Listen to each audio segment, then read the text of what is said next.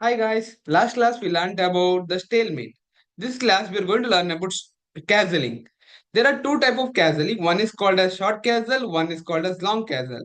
Here you can see if the gap between king and rook is 2 square. If there is a 2 square gap, it's called short castling.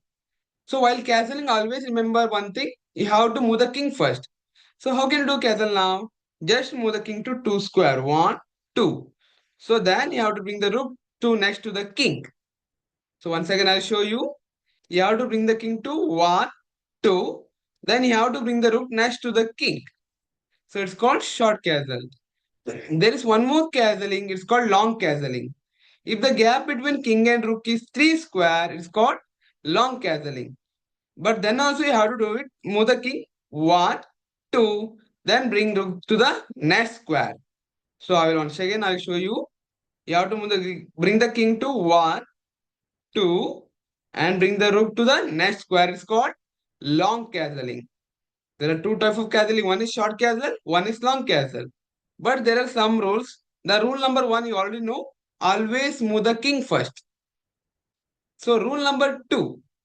You can't castling when your king is under danger. For example, now the black bishop is attacking your king. When your king is under the check, you can't do the castling. So you can stop the check. Then whatever the black will play, then you can go for castling. But when the king is under the attack, you can't do castling. Only you can move the king. Then rule number three. The rule number three is very simple. If the castling square is covered by your opponent piece, you can't do castle on that side. Now bishop is covering the square, so you can't go for short castle, but you can choose a long castle. So what is the rule number three? You can't castle when the bishop is covering the castling square. For example, now the bishop is covering this square, the C square. So you can't do the long castle, you can just go for short castle. Then rule number four, it's very important. Once the rook is moved, you can't do castle with that rook. So for example, you move the rook and you will move the rook to back, then he plays something. Now you can't do castle with that rook. You can only do castle with this rook. So once the rook is moved, you can't do the castling.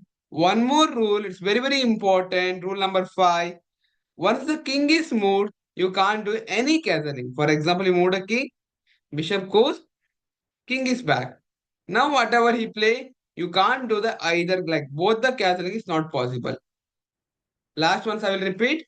Rule number one, always you have to move the king first.